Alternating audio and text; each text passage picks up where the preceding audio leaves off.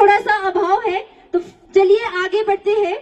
अगली प्रस्तुति के लिए मंच पर बुलाना चाहूंगी विनय शर्मा। वे मंच पे आए और आप सभी के समक्ष जो है संक्षिप्त में अपने विचार प्रस्तुत करने जा रहे हैं।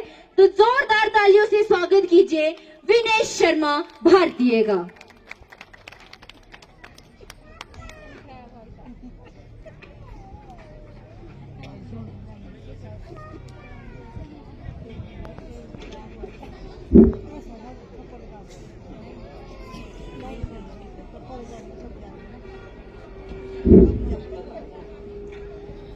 जय हिंद, जय भारत, जय भीम। बिना आदर्श के समाज का विकास संभव नहीं है। आज हम एक ऐसी स्मृति को याद करने के लिए यहाँ पे जुटे हैं जिन्होंने संविधान और समाज में समानता लाई है। डॉक्टर भीमराव अंबेडकर की 114वीं जन्म जयंती पर मैं उन्हें सत सत नमन करता हूं। आज इस मंच पर विराजमान आज के कार्यक्रम के मुख्य अतिथि और मंचासीन सभी नेताओं को, सभी सामाजिक कार्यकर्ताओं को और विशेषकर इस कार्यक्रम के आयोजनकर्ताओं को और भीम जो में श्रद्धा रखने वाले सभी लोगों को, सभी जनता को मैं सत सत नमन करता हूं। साथियों, जब मैं ये कार्यक्रम देख रहा था और ये खूबसूरती जो लोकतंत्र की आज यहाँ पे हमें देखने को मिली, जहाँ पे अलग अलग पार्टियों के नेता भी मौजूद थे, अलग अलग सामाजिक संस्थाओं के लोग भी मौजूद हैं, तो ये जो लोकतंत्र की सुंदरता है, ये ही ताकत है हमारे संविधान की और इसे देखकर हमें बहुत खुशी होती है। वैसे भी संविधान में राजनीतिक पार्टियों का कोई अस्तित्व नहीं है।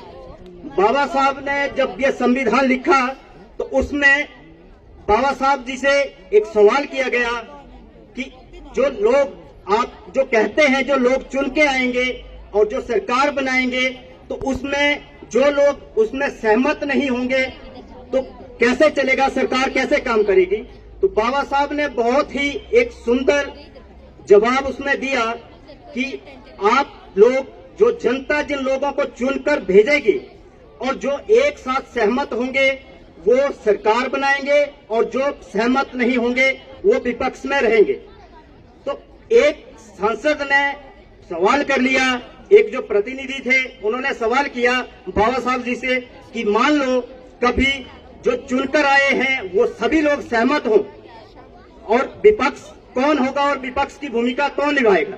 तो ऐसे में बाबा साहब ने बहुत ही सुंदर जवाब दिया कि जनता परमानेंट विपक्ष है। ये बात मैं इसीलिए कह रहा हूं कि आज जनता अपना रोल, अपनी जिम्मेवारी भूल चुकी है और बाबा साहब ने हमें अधिकार दिया है कि अपनी पसंद की सरकार चुनो और विपक्ष में जाकर बैठ जाओ। और अगर आपकी पसंद की सरकार है तो सवाल करिए और अपनी सरकार, पसंद की सरकार से अगर सवाल नहीं कर पाए तो अपने से सवाल करिए कि हमने क्या चुन लिया। साथियों, आज मैं यहाँ आपके बीच धार्मिक एकता ट्रस्ट के माध्यम से यहाँ पे आया हूँ और हम लोग बाबा साहब को अपना आदर्श मानते हैं। बाबा साहब के आदर्शों पर बाबा साहब ने जिस भारत का सपना सजाया है उस सपने के लिए देश में काम कर रहे हैं। हम लोगों ने देश में गर्व से कहो हम भारतीय हैं की मुहिम शुरू की है, जिसमें हम एक शपथ दिलाते हैं कि सभी लोग उस शपथ को माने ही नहीं, उस शपथ का सम्मान भी करें, उसको जाने भी। तो मैं चाहूंगा कि आज इस शुभ अवसर पर, ऐसे मौके पर हम सभी लोगों को ये शपथ लेनी चाहिए ताकि बाबा साहब अंबेडकर की इस जयंती पर हम एक संविधान का सम्मान और राष्ट्र के लिए जो हमारे से हो हम कर पाए। तो मैं चाहूंगा कि सभी लोग, सभी जनता एक बार खड़े होकर जो हम लोग शपथ दिलाते हैं वो शपथ लें, क्योंकि आज से बेहतर मौका ऐसी शपथ के लिए नहीं हो सकता है। तो एक बार सभी खड़े होके हाथ रखेंगे और ये शपथ लेंगे। जैसे मैं कहूंगा, मैं अपने नाम के साथ, मेरा नाम विनय शर्मा भारतीय है, तो मैं अपने नाम के साथ भारतीय शब्द लगाता हूं। तो ये जो शब्द है ये इसीलिए लगाया जा रहा है कि जो इसमें समाज में जाति, भाषा, क्षेत्र, लिंग के आधार पर जो भेदभाव किया जाता है वो भेदभाव ना हो, इसीलिए हम लोग ये शपथ लेते हैं। शपथ है कि मैं विनय शर्मा भारतीय ये शपथ लेता हूं कि मैं किसी भी जाति, भाषा, क्षेत्र, लिंग या आधार पर किसी से भेदभाव नहीं करूंगा तथा मैं भारत के संविधान का सम्मान करूंगा और मैं स्वेच्छा से अपने नाम के साथ भारतीय शब्द लगाने को तैयार हूं। मैं चाहता हूं आप सभी साथी ये शपथ लें ताकि जाति, धर्म, भाषा, क्षेत्र, लिंग का जो भेदभाव समाज में है उसको मिटाया जा सके। और एक जो इम्पोर्टेंट चीज है उसके लिए मैं बात रख के अपनी बात खत्म करता हूं, समय का अभाव है। हम लोग अभी एक समस्या पे काम कर रहे हैं पूरे देश में और वो समस्या है कर्ज की समस्या। आज देश की जनता कर्ज की समस्या से जूझ रही है। सरकार का ही आंकड़ा है कि पिछले 5 सालों में 50,000 से ज्यादा लोगों ने कर्ज के कारण आत्महत्या की है।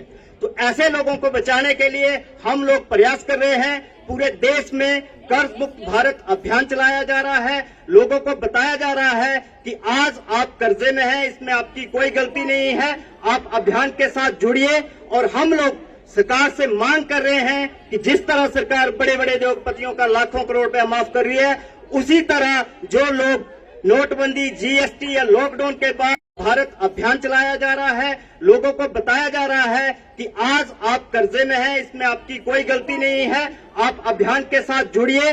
और हम लोग सरकार से मांग कर रहे हैं कि जिस तरह सरकार बड़े बड़े उद्योगपतियों का लाखों करोड़ रुपया माफ कर रही है, उसी तरह जो लोग नोटबंदी, जीएसटी या लॉकडाउन के बाद इस समस्या में फंसे हैं और आज आत्महत्या करने को मजबूर हैं, ऐसे लोगों की मदद हो।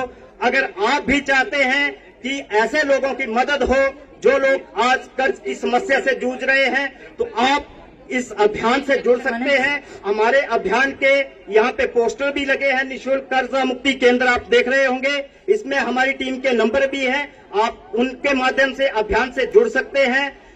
आज अगर आप इस अभियान के माध्यम से जुड़कर किसी एक व्यक्ति की जान भी बचाते हैं तो इससे बड़ा पुण्य का काम नहीं हो सकता। हम लोगों ने देश में अभी तक 2 लाख ऐसे परिवारों को बचाया है जो कर्ज के कारण आत्महत्या कर चुके हैं और अभी तक 20 लाख से ज्यादा लोग इस अभियान से जुड़ चुके हैं।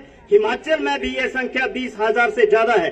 तो मैं चाहूंगा कि आप लोग सभी कर्ज मुक्त भारत अभियान की जानकारी अपने अपने क्षेत्र में दें ताकि लोग कर्ज के कारण आत्महत्या न करें।